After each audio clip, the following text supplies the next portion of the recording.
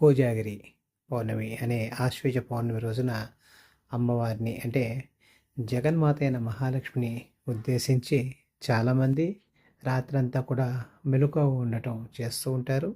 ఉత్తరాదిలో విస్తృతంగా వ్యాప్తిలో ఉన్న ఈ పండుగ ఇప్పుడు దక్షిణాదిలో కూడా వచ్చింది. దీని యొక్క అంతరార్థం ఏంటంటే, ఎవరైతే జాగ్రత్తతో ఉంటారో వాళ్ళ దగ్గరే లక్ష్మి ఉంటుంది. తద్వారా అందరికీ కూడా ఆవిడ లభ్యం అవుతుంది. కాబట్టి ఈ రోజున అంటే ఆశ్వేజ పౌర్ణమి రోజున వీలైనంత వరకు అమ్మవారిని ధ్యానం చేస్తూ రాత్రి మహాలక్ష్మి సహస్రనామాన్ని, అదేవిధంగా లక్ష్మీ హృదయాన్ని, నారాయణ హృదయాన్ని, శ్రీ సూక్తాన్ని చక్కగా పారాయణ చేస్తూ ఉండాలి.